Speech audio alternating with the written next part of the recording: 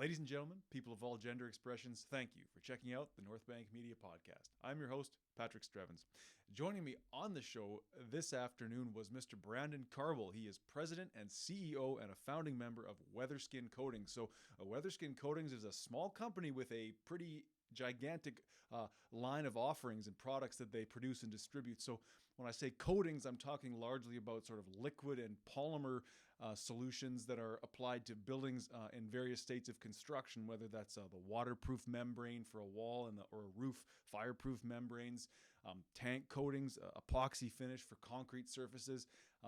Truly, I would say if you need to coat something, Weatherskin could probably provide what you need to do that. So, I would say if trades and construction is not really your foremost interest, persevere through this one because the second half is full of gold nuggets, I would say, as far as wisdom and mindset really for any entrepreneur, any person really going through life, going through a career.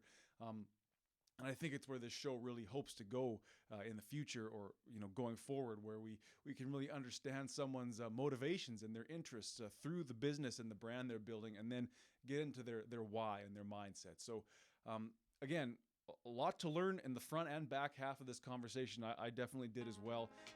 Our third entrepreneur based out of Calgary in a row, so that's interesting, but happy to talk to people from all walks of life, all parts of the province, and hopefully all parts of the world as well. So please enjoy this one, a great one. Brandon shared a lot, maybe take notes like I did, but yeah, enjoy it either way. This is a conversation with the president and CEO of Weatherskin Coatings, Mr. Brandon Carbol. Brandon Carbol, thank you for coming on to the North Bank Media Podcast. It's great to see you. Yeah, thank you very much for having me. Well, hey, you're more than welcome. I would say it was you guys that reached out to me, so that means a lot. So I'm glad this podcast is getting some traction. Yeah, absolutely. No, Dorina has been she's been working on getting us the proper PR and advertising, and talking to people can just be the best form of sometimes, and we love doing it. So Absolutely. Well, I want to hear all about that and sort of your approach to how you market yourself, but I wanted to kick off with this. Let's say I'm a decision maker with a big general contractor and you've got me trapped in an elevator for a minute. What is kind of that elevator pitch or that unique sort of pitch that you give about Weatherskin and why it should be you guys? well, Weatherskin offers superior eco-friendly products to the marketplace, the construction marketplace. We produce coatings of all sorts, from waterproofing to finish coatings. We're made locally in Canada, so our supply chain is very healthy. And we are all about finding solutions to problems and products that protect not only the client but the building that they're on and the environment that they're used in, as well as the applicator. And Right. that is Weatherskin in a nutshell. Weatherskin in a nutshell. Well, hey, love to hear it. Do you find that this you've sort of satisfied a need in the is it that you offer such a wide array, or is it that local production that, like, what is it that's really kind of been successful for you or driven your success? It's both. You see a lot of companies, and so our marketplace is predominantly coatings, so paints and membranes and waterproofing. Yep.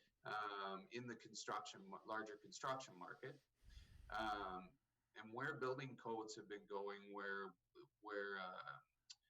tolerances have been increased, is on the environmental effect of these products. Right.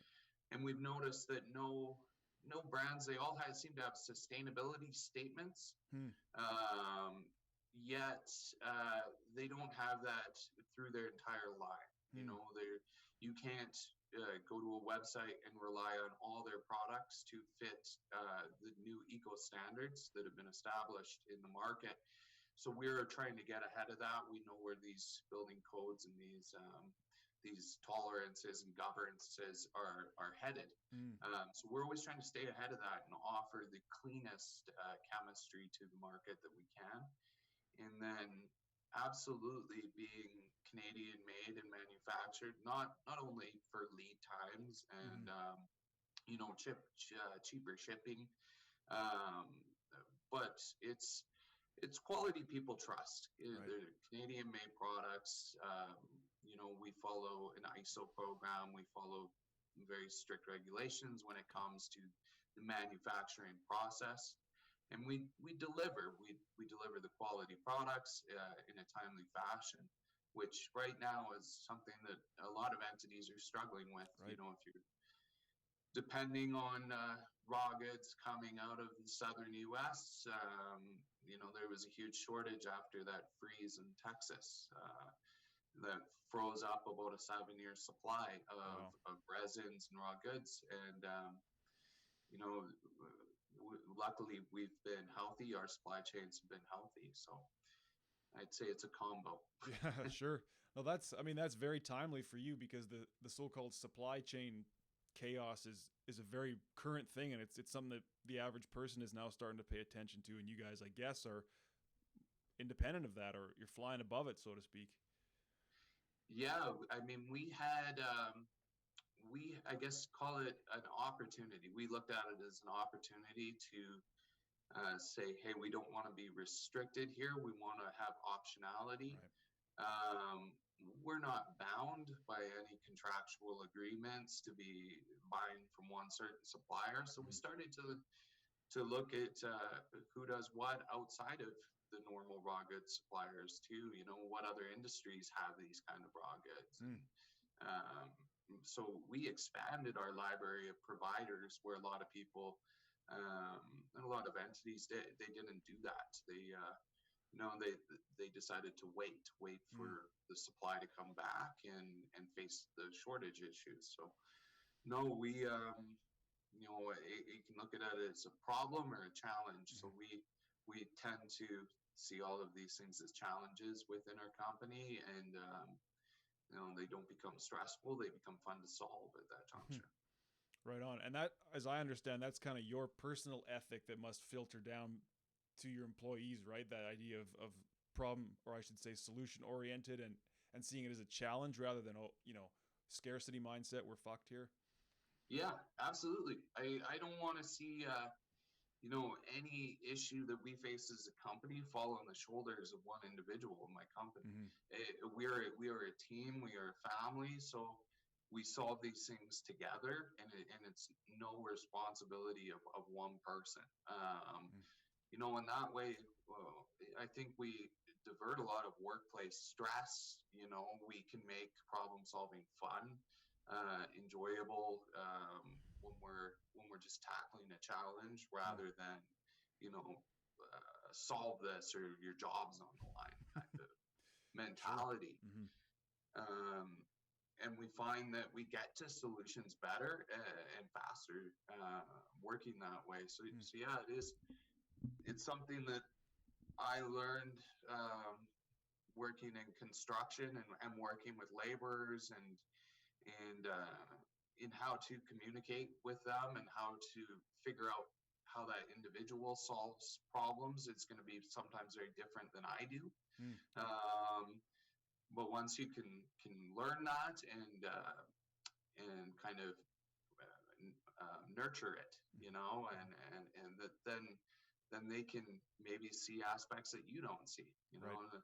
Yes. They can bring up things that you're not aware of because of the different problem solving styles. So figuring out how everybody works on this team and getting everybody's insight and treating it as equal insight is really important for Weatherskin.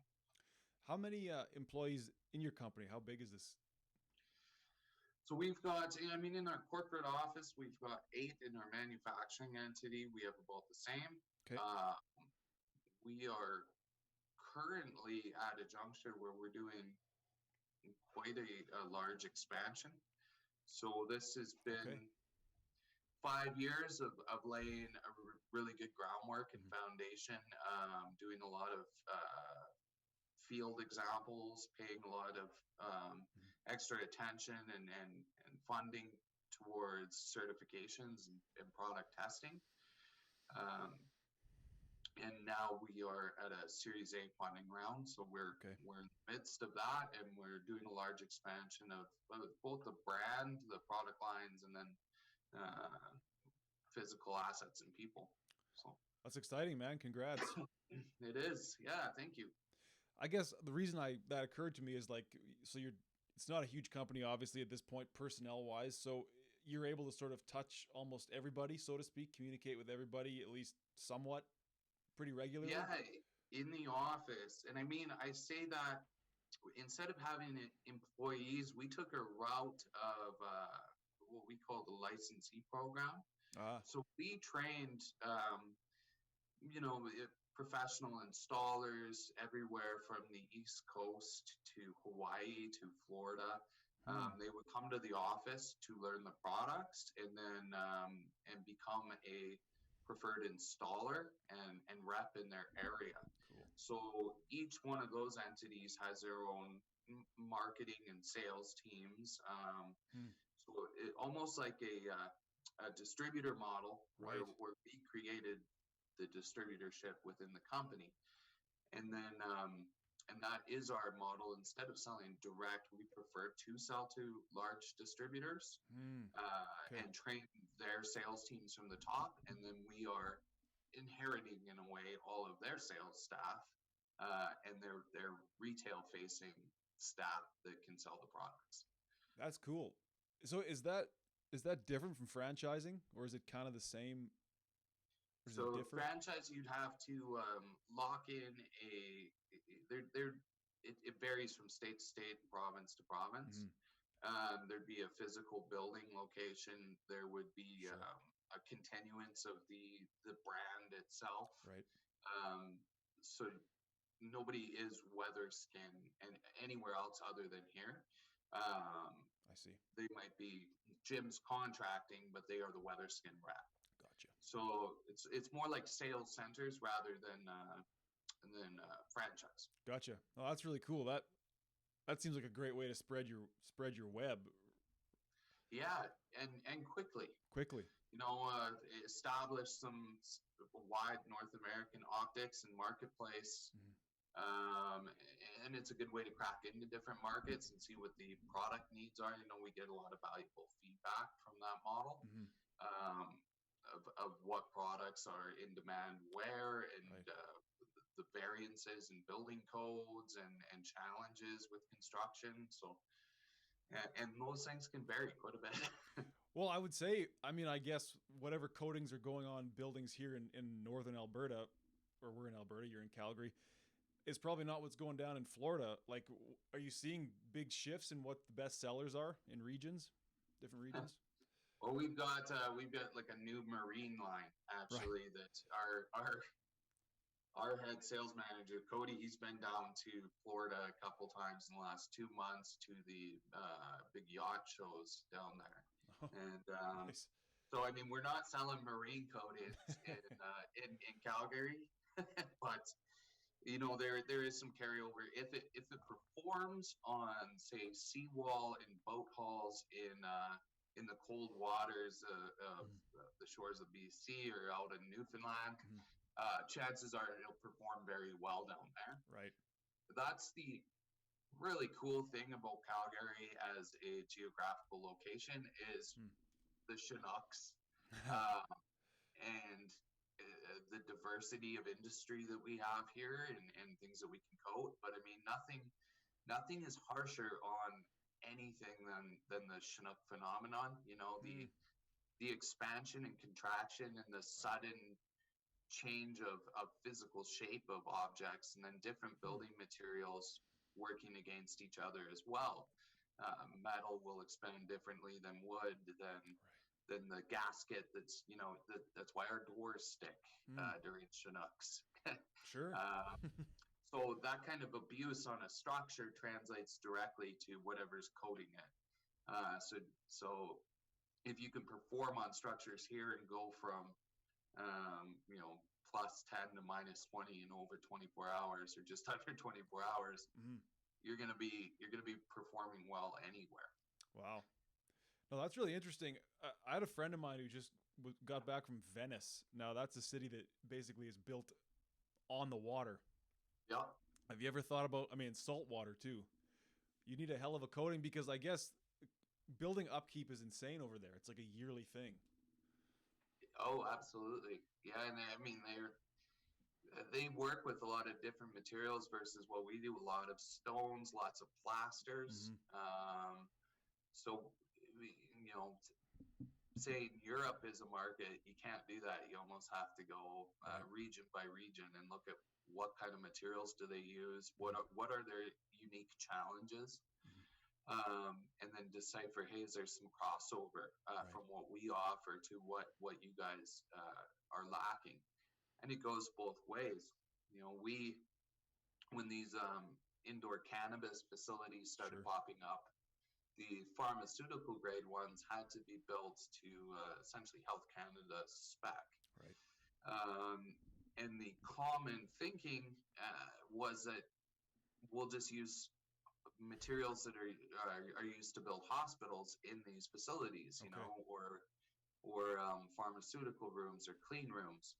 Well, the issue that industry faced right off the bat is hospitals and clean rooms don't have a bunch of indoor moisture Right. or temperature shocking that they run these plants through, right? Hmm. So moisture getting into every penetration, destroying framework of buildings, Mm-hmm. insulation, you know, having to strip right down to the stud again. Sure. Damn. Um, so instead of looking at those materials that were currently available, we looked at what was the vertical farming industry doing for the last 10 years in Europe, Cool. right? What they've been growing indoors, fruits and vegetables, but largely the same cycles to treat them and to nurture them. So we started looking at what are their products and why do they work, you know, and Mm-hmm. coatings that replicated glass as much as possible, meaning that glass has a very tight pore count. So if you think about its Sure. molecular structure, it's a very tight structure, so very little liquid passes through it, even gas. Mm-hmm. That's why we contain, you know, viruses and everything else, or blood samples in glass, so it doesn't permeate through it. So the coatings that they were using had very tight cellular structures that moisture couldn't pass through, and that's what they were using on their interior walls as vapor barriers to Hmm. prevent moisture damage. So Okay. we pulled some coatings from the Mediterranean yacht industry and got that chemistry, brought it over, and it was extremely successful. Where we were able to kind of lead the charge in um, advising or specifying materials for engineers when they were building these facilities. So you never know where you're going to find a solution, but it's always, you know, look outside the box Sure. and maybe look outside your own backyard too. That's really cool, man. Did you? So have you been involved? Has your product gone into some cannabis growing facilities then? Yes, Yeah. yeah. It's a washable room system that we have. So right now, I think I'm allowed to say working with Mint car washes. Okay. They are popping up all over Alberta now, and they're pretty big in BC. And then a few of the cannabis facilities, our washable room system is throughout mostly the grow rooms and the mothering rooms, Mm-hmm. and anywhere where they need to go and wash the walls and have a Right. lot of humidity pumped into the rooms. Yeah. Now you mentioned that you're like the raw goods that go into these products. What is the raw good? Like, where does it start from? And is that Canadian sourced, or have you had issues importing what you need? We haven't, you know, it can go from, it can be anything from the pail. So metal pails, for instance, there was a shortage here. Oh shit. um, we sourced, so we broadened our horizons and sourced out about 6 other metal pail providers Okay. in North America alone. Um, but the raw goods, the ingredients, we're talking about polymers, we're talking about resins, we're Okay. talking about bonding agents. All of these things are either a powder or a liquid, usually a liquid form. Mm-hmm. And they are all active ingredients and a lot of chemistry formulations for coatings. Okay. As well, the resins are used in creating, you know, bathtubs and Mm. things that you wouldn't necessarily think depend a lot on resins. So a lot of industries were hurt when the resin shortage happened. Right. Um, so we have supply. We have a fairly healthy supply from. Sorry about that. No From problem. South America, and then from Eastern Canada, and from the States, and from a couple of our strategic partners, Okay. and Asia. We do have ingredients that come from Asia as well. Yeah, I've always been perplexed by plastic. Like, what is because these are plastics essentially. Is that the right word, or polymer? Like, there's poly is, like, what is the absolute base of this product?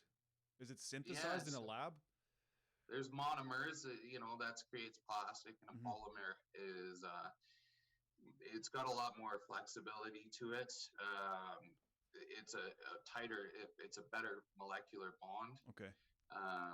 So if you take a piece of our product and you stretch it over and over and over again, you don't get that white crease. You don't get that fail like you would on a rubber band. Sure. Right. So you're not going to have that. It's like muscle memory. And Gotcha. These polymers are membranes. They're not necessarily paints. So they create at certain thicknesses. They can breathe like our skin does, right? So we expel moisture, yet we're waterproof, and we can achieve right. We can achieve a lot of that same function now with these called smart coatings, and that flexibility allows these coatings to, if they can be an acrylic base, have the flexibility of a rubber. And be able to handle the expansion, contraction, and movement of these building substrates. So that's really the polymer formulations are really cutting edge, and they've been around now for a few years, but not until I'd say the last 10 years have they perfected them in the coatings realm to where they really understand, the chemists really understand the science behind them and how they perform and how to blend them. But it allows us to now get the performance of what would typically be a rubber or a bituminous-based, very flexible product. We can achieve that, or say a silicone product, we can achieve that with water, an acrylic base. And those acrylic bases, meaning waterborne, they offer the market a lot less in terms of volatile chemicals and hazardous particles that come off while you're applying it, and then the byproduct that leaches off the product, as well as is a lot less harmful. So if you think about the process of a coating curing, we call that off-gassing. Right. And so when you're using a water base, that loss in mass is the water being pulled out of the coating, and it shrinks a little bit, but that's what you're dealing with is water coming out of it. Now with a solvent, you'd be dealing with something like a xylene or an acetone or something a lot more harmful to be breathing in, and possibly cancer causing as well. Same thing with the high bituminous content products, and then the rubberized solutions, which are often an oil product or byproduct. So that's what you're breathing in while you're shooting it, or what is going into the environment while it's curing. And what we call that is the VOCs. So volatile organic compound is anything coming off of it. Then even after it's cured, if something comes in contact with it, there can be trace amounts of that. Okay. So a food grade coating usually it doesn't shrink. It dries 100% hard, meaning it's not losing any mass. Okay. And there's nothing leaching off of it. So it would be a zero VOC coating. Gotcha.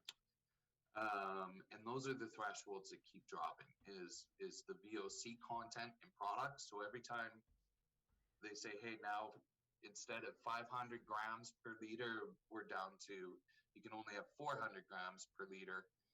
Well, 100 products just disappeared off the market if that's where the new building code is. So we try and keep way down at like anywhere from um, 0 to 40, I think, is one of the most VOCs that we have in a product. The other hazardous term that you hear a lot is HAPs, so HAP, and that's hazardous airborne pollutants. Okay. And that's really what affects people. That if I spray a room and I'm the sprayer and I'm in there and I'm breathing in the off gassing, those are the HAPs. And then also if the client walks through that room and the ventilation wasn't proper, maybe the coating's cured, but those are still airborne. What is that, and what is going into your system? What are you breathing in? What's sitting on your skin surface? So that is a term where the industry has been trying to drop the amount of HAPs that are in products, which is a challenge. Right, of course, because you get your production going one way, and now suddenly you have to be even more disciplined. Yes. Yeah. That's interesting because I had a chance to do a little bit of work with a company who produces exoskeleton technology for workers that work overhead like that.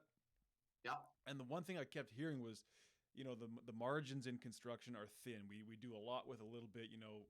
The budget is tight, and so things that are innovative are often sort of, well, we don't really have the money for that today. Maybe in the future we do. Are you seeing? Is there a resistance in your industry to this constant shifting in safety, or is it seen as a good thing? We just have to adapt with it, learn to budget for it, or?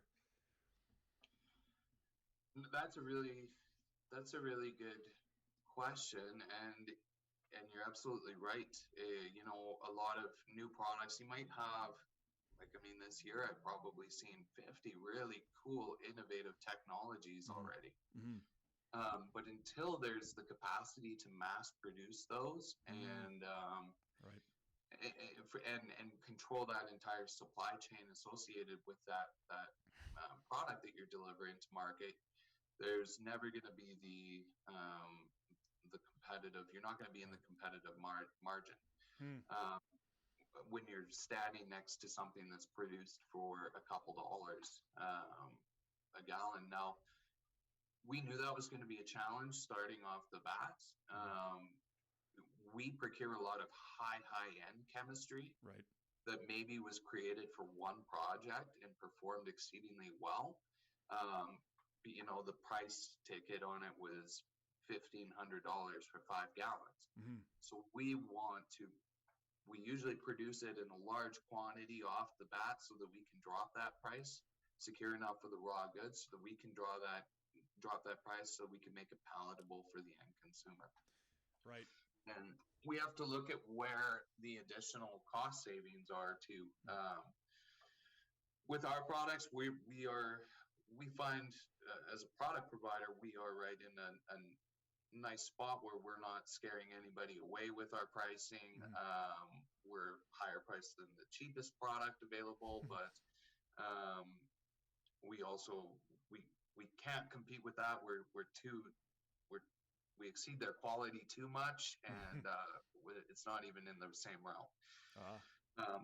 But the labor in construction projects is always the part that gets thinned out, it seems. If our market is trying to say, hey, a house is going to cost the exact same amount as it did the last 5 years, or maybe there's a 5% fluctuation, yet materials have experienced a 30% fluctuation. Who gets cut out of that situation seems to always, unfortunately, be the labor component, the installers.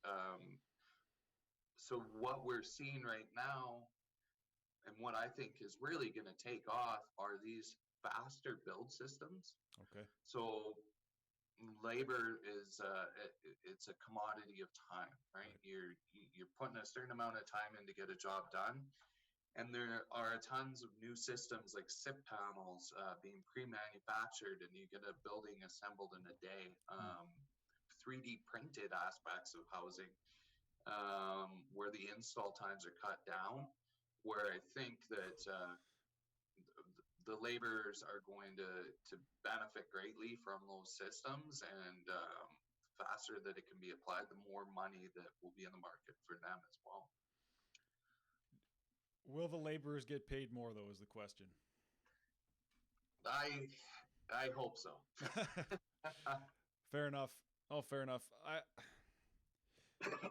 Well, I would say too, I had a look at your website and your product line, and I do see sort of your design background and the way you're packaging and promoting your products. So do you find that attracts you to, or that attracts your product to a certain kind of client who they don't want the absolute bottom of the barrel garbage? They want something with a perceived quality?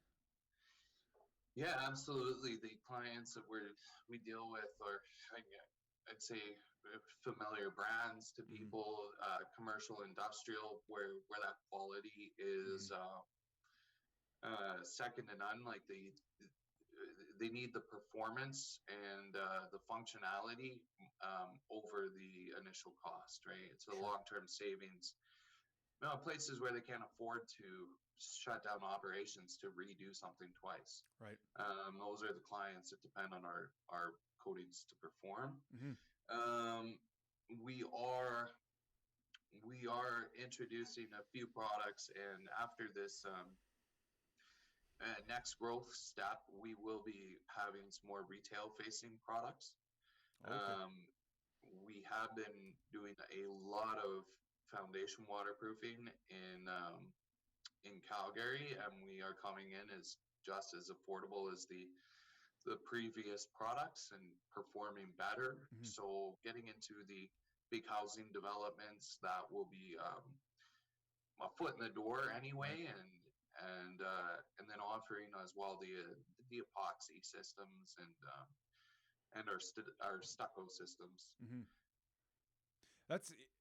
It strikes me. I was almost baffled by how many different products you guys offer. Like maybe they're all chemically similar enough that you can produce them, but do you ever run into issues with that where it's like, oh, we're making way too much shit here, so we need to narrow it down, or is the width is the breadth kind of your strength?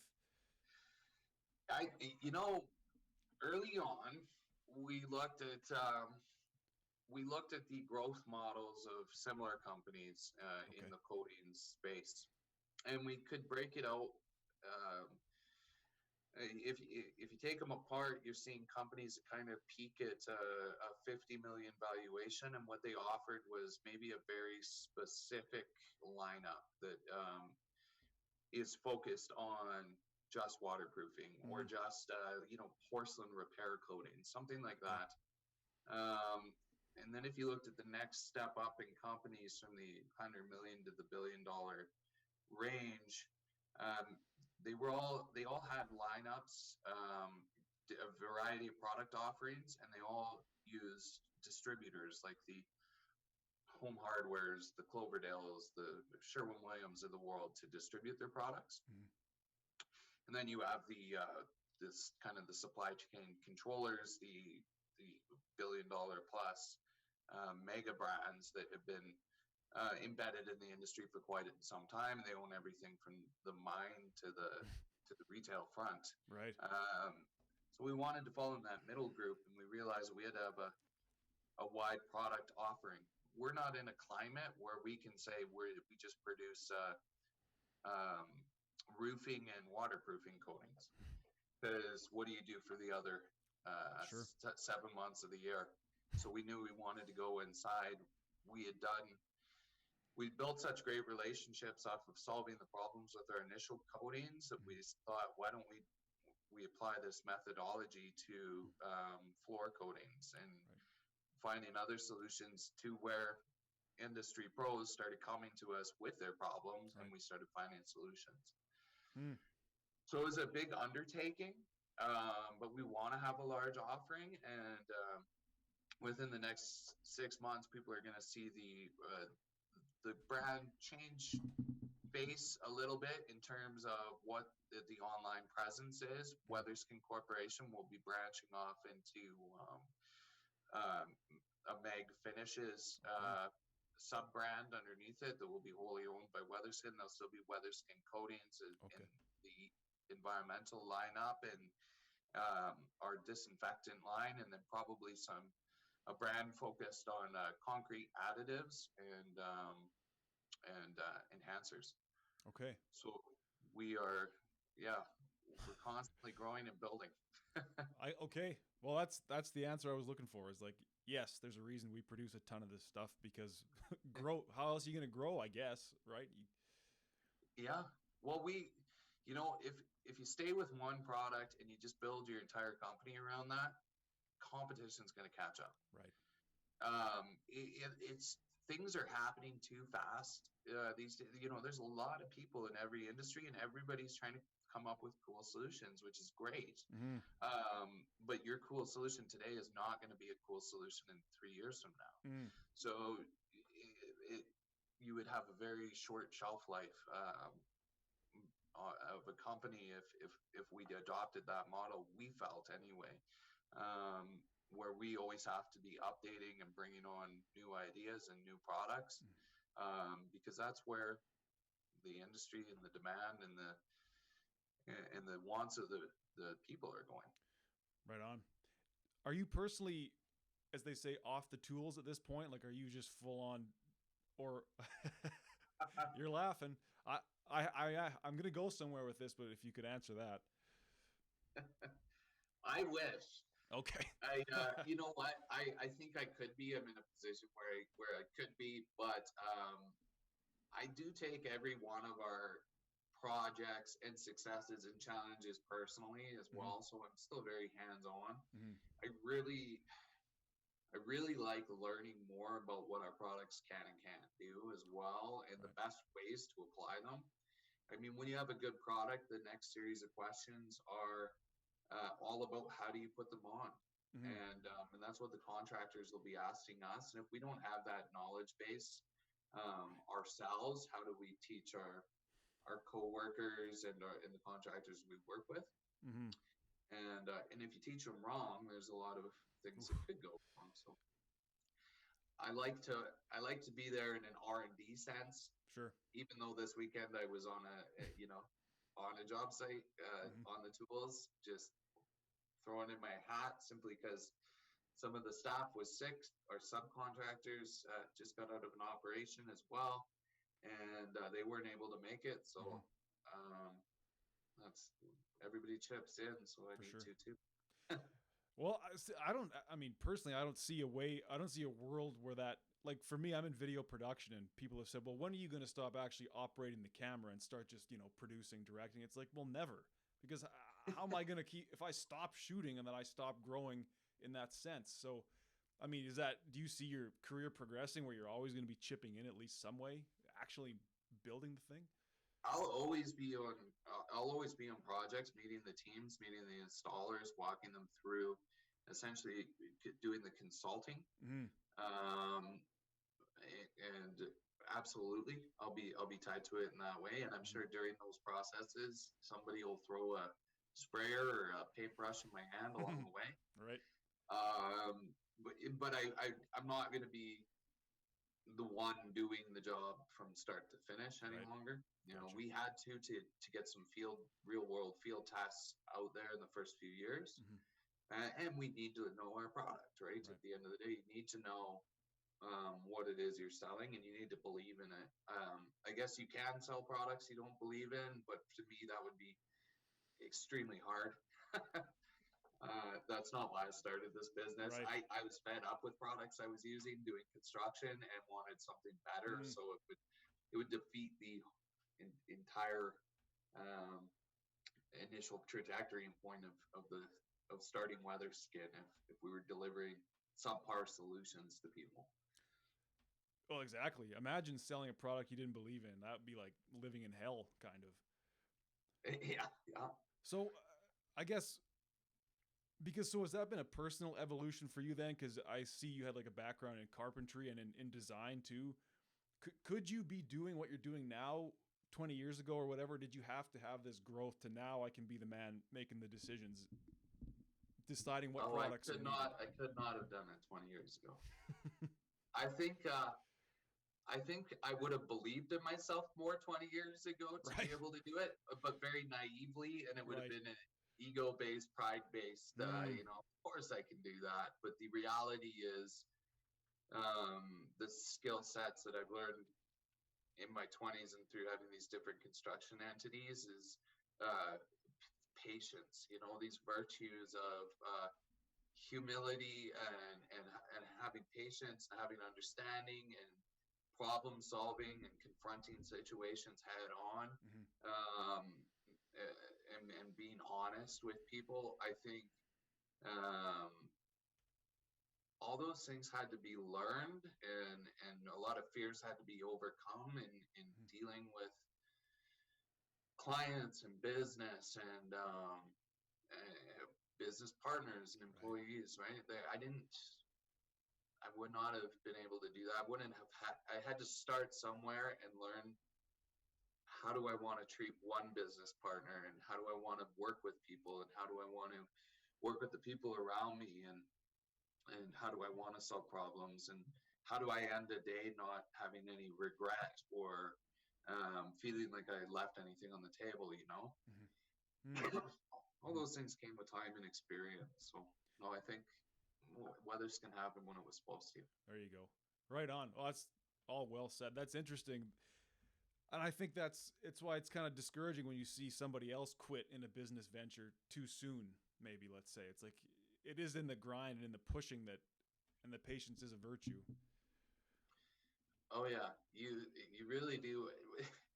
One thing I really didn't want to be true was everybody says it takes that first 5 years to really fighting tooth and nail to get through the first 5 years. It's going to be rough. I didn't want that to be true. I wanted to be able to fast track that a little bit, maybe 2 years or 3 years. But you realize pretty quickly that a lot of benchmarks in industry and for new entrepreneurs are strategically set up to see if an entrepreneurial venture is going to even survive 5 years. A lot of places, certification boards don't even entertain you if you're a new brand or product until you've been in existence for 3 years. And then it's a 3 year process to get that certification. They want to see that you are able to keep your business going, that if they're going to back a brand, that it's going to survive and exist, and that you have a lot of real world experience and examples. So there's a lot of proof of concept that needs to come with these kind of products before the government entities, testing facilities, financing will even entertain you. So and seeing that structure, same thing with investment, and growth. They want to see that you can survive the tough times and that people keep buying your product, that it's not a one and done event, that there's you got some legs to stand on. And so that first 5 years is actually it's a lot more set in stone than I thought it was. So it was things got easier around year 4, and then things really opened up for Weatherskin at that year 5. A lot of certifications coming back, a lot of industry clout, a lot of bigger opportunity projects. You have to ride the wave and eat macaroni for about 3 years. Ride the wave and eat macaroni for 3 years. Yeah. Doesn't sound too bad, I guess. But what is that human, like, why is it that you wanted to fast track those 5 years into 2? Why were you so egotistical to think you even could or you should? What is that about us that just, I got to get there. I can get there soon. I can get there quick. I think it's backed by the excitement that an entrepreneur has when they know they have something good.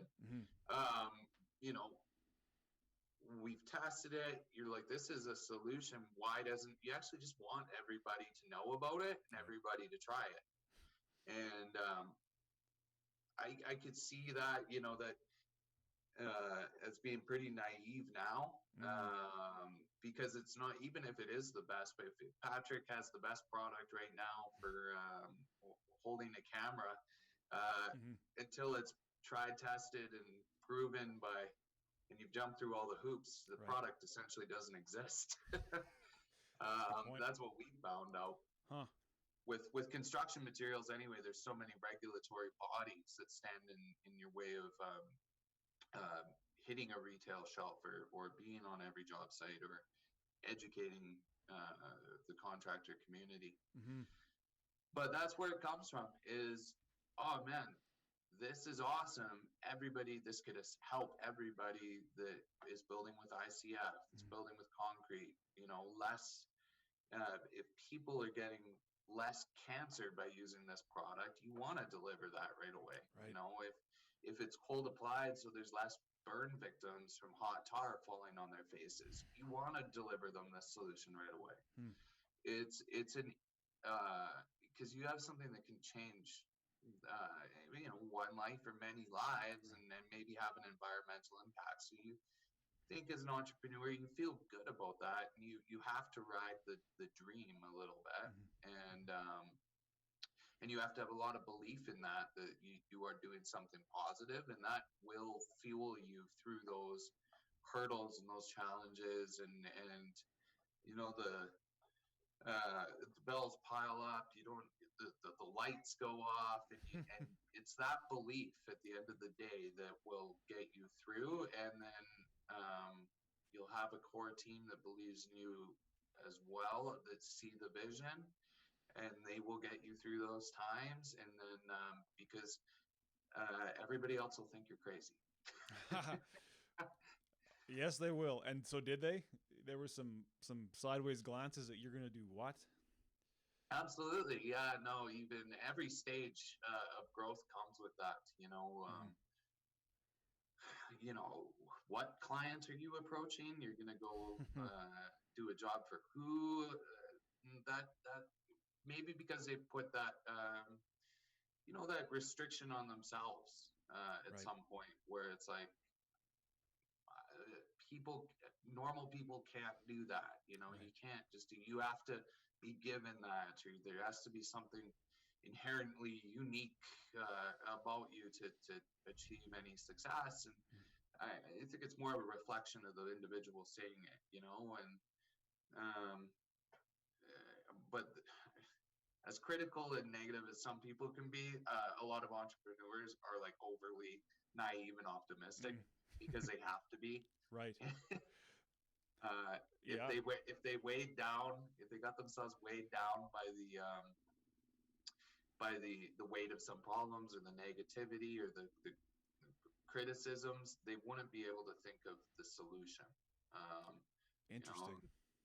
So Weatherskin is entirely solution based. That's I don't care. The problem is a problem. That means it already exists. So it exists whether we do something about it or not. The problem exists. The only thing we have control over is how are we going to approach the solution and move forward. And that's it. Or do I shut down and hide away from my phone and computer and turn off the lights? And some days I've wanted to. Oh yeah, yeah. Just absolutely. Some days you have to maybe to let that out. Yeah. I used to contract for a guy who ran a marketing agency, and he was an entrepreneur like yourself, and some people would say you're delusional, or you're actually lying, like you're not telling the truth about what's going on here. I live in a reality, he says, I live in the reality where this is true and this is happening. Like, he was beyond belief. He was like in another universe where what he said was happening was already happening. So it's that kind of insane self-belief that I think that's what drives innovation. You have to believe, it has to exist in your mind already that it happened. Yeah, and refer to that a lot. That is like a morning meditation essentially of mine, and how I shut down the day is, I'm not going to be able to. I have a tendency to, whatever the project is, building this business, I will see it from today all the way into 10 years in advance, all at once. All the work that's involved, all the successes, failures, and those things can be overwhelming. So then dialing that back into what are actual things that I could do in the next 24 hours, and just stopping it there. There's my path. I might have to wiggle around the path a little bit, but I'm still going in the same direction. Sure. But really, I can only do what I can do today. And then when it comes to, solving problems, like I'm the type of, I'll get friends and family will say, take a day, shut off, Yeah. go get 10 hours of sleep. But if I'm avoiding a problem for that day off and that 10 hours of sleep, I wake up feeling worse than if I actually go put in some action steps to start resolving whatever that issue is. I can watch 20 minutes of TV and have 4 hours of sleep, and I feel extremely good versus shutting off and trying to ignore what's happening just over here. Right. Isn't that crazy how when we feel down or when we feel stressed out, as soon as we start actively projecting some solutions into the future, it's like, okay, this problem can be solved. But if I'm sitting there not putting words to it, it weighs on you. Yeah. Oh, absolutely. Yeah. Sometimes all it takes is just like write the one word problem on the pad and just start to just even give it a little bit of mental focus and energy, right? And then dissect it by the smallest part, who's involved, what are the details, and maybe in those details, usually if you can look at it, one of my business partners says, look at it as if you're flying over the forest, not running through the trees. Damn. So when you're running through the trees, you're trying to not hit every tree along the way or trip on every stick, and you're only seeing 10 feet in front of you. Right. And try and take this view of flying over the forest. That's pretty useful. Seeing the forest for the trees, I guess, or whatever. Yes. Deal. But that's a better way to look at it. You're top down. Yeah. That's cool. What is kind of your personal approach, or how do you guys work on your marketing? Like what is it? And have you found that really it's just person to person connection that really gets those results, or what do you guys do to get Weatherskin out there? It's knowing who decision makers are, but I'd say knowing the value in even what a lot of people call gatekeepers. You phone a business and building a relationship with whoever answers the phone. Our big marketing approach has always been don't try and sell anything, which seems counterintuitive, but what we want to build is trust. So we try and communicate knowledge and understanding and education. And we try and find solutions, and if those solutions fall outside of the scope of Weatherskin, so be it. We try and put the client first. You know what? Nice. Over here, there's this other solution that's going to work better for you. Also offering, we have our sales guys offer to review competitive quotes if needed or anything like that to make sure that nothing is being left out. So offering even if they go with a different company or contractor, we try and protect the consumer.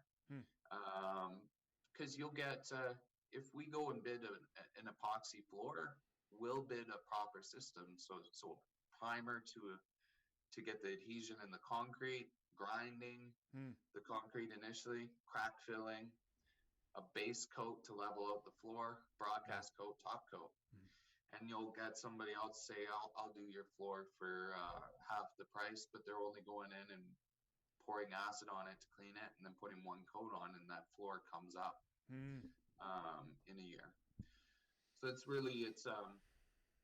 letting people know too about those pitfalls, about what to look out for, and despite who they go with, here's the proper process. This is the proper things you want to see, and if you do go with a different product, even here's some products we can recommend that are also good. We find that, not trying to slam our competitors, but to empower them where they have good products, but to empower our clients to make choices for themselves, but educated choices. Once you go through that process, they tend to trust you at the end.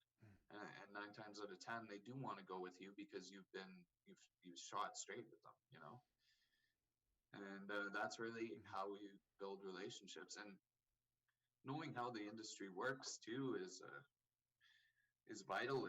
It took a while to figure out, who are spec writers, who, a lot of people initially think that these big GCs, like the PCLs of the world, Right. are who you want to go with. But who we actually want to do is find out who are the engineers and architects that PCL works with in each area. Gotcha. If you want to get your product specified onto their project. And then they're a big general contractor, but they don't do a lot of the hands-on work. So they set up the site, but who's their list of preferred subcontractors? Because a lot of the times those big projects, even if you have the best product and they really like it, if 3 out of their 5 preferred contractors aren't trained in it, they won't want to use it. Because they have those relationships built with those guys. They want the 2 or 3 of them to be able to bid against each other competitively. They also want to know that if one of those entities drops off the map, the other 2 can go in and repair that application in 10, 15 years. Interesting.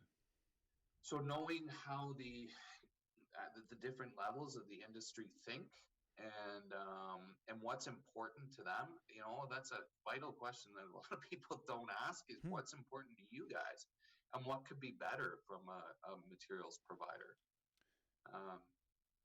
Anything that saves them time. We have product calculators that they can give us dimensions and we get them back their product quantities like this. So they don't have to have somebody in the office that they're paying $30, $40 an hour go through that project. That's really interesting, man. So you guys sort of offer a not concise, but your product line is wide ranging, but you're sort of the service underneath it is also, you're seeking to sort of fill all the gaps and just be the guy. Yeah. We want to know what you don't have and what you'd like to see and see. We love building things here too, right? We're everybody, I think, in their own right is creative. So we get guys that we have a team that gets so excited about spreadsheets and what they can do. They know, the functionality of like shipping calculators and product quantity calculators and pricing calculators. So offering those tools, not keeping them to ourselves in our office, but offering them to distributors to make their lives easy too, is and they can adjust them for certain products and anything to make their life easier and save them some money on the back end. That's another place where you can save money working with Weatherskin is that back end. Construction, when you're doing the job, is one thing. When you're bidding the job, when you're buying the materials, when you're doing up the drawings, when you're getting the permits, when you're paying the guys, when you're putting in the hours to get the job after that job. Right. That back end, it represents half of the business. So if you can offer solutions there as well, yes, the market likes it. Right, and the market rewards it, or the universe rewards it, or something. Yeah.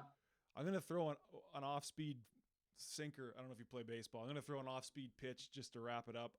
Before we did this, I imagine it's your product is a liquid for the most part. Like it comes as a liquid and you apply it to a surface.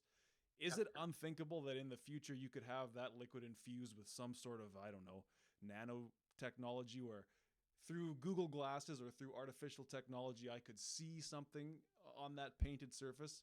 Have you thought about what kind of the future of coating might look like? Yeah, it's pretty well already there. We have cars that can change colors now. True. I think projected imagery is not far off. The nano coatings, there's, we've got all sorts of smart coatings coming out. Robot applications to do vertical applications, where it's essentially a drone going up and down, spraying a coating. Whoa. So the application side, we could see a lot of really cool, innovative stuff too. And then if you want to see really cutting edge stuff, the composites composite materials that they're creating at entities like Airbus or NASA, right? Mm-hmm. Synthetics, what they're doing with hemp, fiberglass, and molding it into coatings so that it can endure going in and out of atmosphere. Right. That's really cool, cutting edge, and that's starting to be where we're going, and the direction that we're pointing is what's 10 years down the road. Let's see if we can get into that, who's producing it, know the players, and build the relationships. So. Right on. So is Weatherskin for you kind of the 10 to 15, 20 year, or is it a lifetime? Like, what do you see a next leap for you, or is Weatherskin kind of it for the foreseeable future for you? Weatherskin, we did not want to really common business investment right now is a company that would be built to be sold in 5 years or to go public in 5 to 10 years, and we wanted to build the foundation really strong so that, optionality is important, and public companies are probably the tightest, cleanest run companies. So we wanted to build it as if we were a publicly traded company, but we want to build a legacy brand that is within the next 5 years having some global impact and entering by 10 years, hopefully in every major global market. And then we can say, hey, we built this out of Calgary, Alberta, and we employ a lot of people, and something that we can pass on to hopefully the next generation. So definitely a legacy company, which maybe is not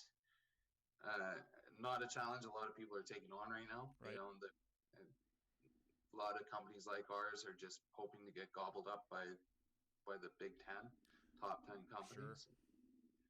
We're hoping to compete with them. There you go.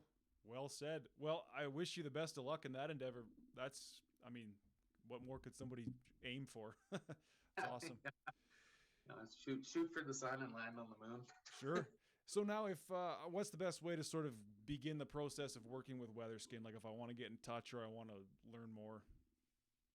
Oh, call, email. We have a general email, team@weatherskin.com that gets forwarded off. We have the website, visit the website, see what we have to offer, but usually a chat with one of our team to really, there's a lot to know about coding, so to try and decipher and filter out the stuff you don't need, and what actually will solve your problem. If you just want to chat about an issue, just give us a call. That's the easiest way. You heard it. Call this man when you need to coat something, anything. This guy can code anything. Thanks, Brandon, and thanks to your team for reaching out and for setting this up. Hey, thank you, Patrick. We really appreciate it. We appreciate your time. No worries. It's my pleasure. Have a good week. Yeah. Man. Yeah, we're grateful for you. I watched a few of your shows sorry to hear over that. the weekend and listened to them. And, okay. I think you're doing great things. So thank you for what you're doing in your service. Talking to people, it's a awesome form of communication and networking. So good on you. Hey, I'm glad to hear that, man. My pleasure. I'm glad I'm making a drop in the bucket. I guess that's about all we could do. I learned a few things. Well, I appreciate that. Right on. Thanks, Patrick. Thanks, Brandon. Great talking to you, man. You as well. Thank you for watching this episode of the North Bank Media Podcast. Please like and subscribe below. Be sure to follow us on Instagram @North Bank Media Podcast for highlights from past conversations and to be notified of upcoming episodes.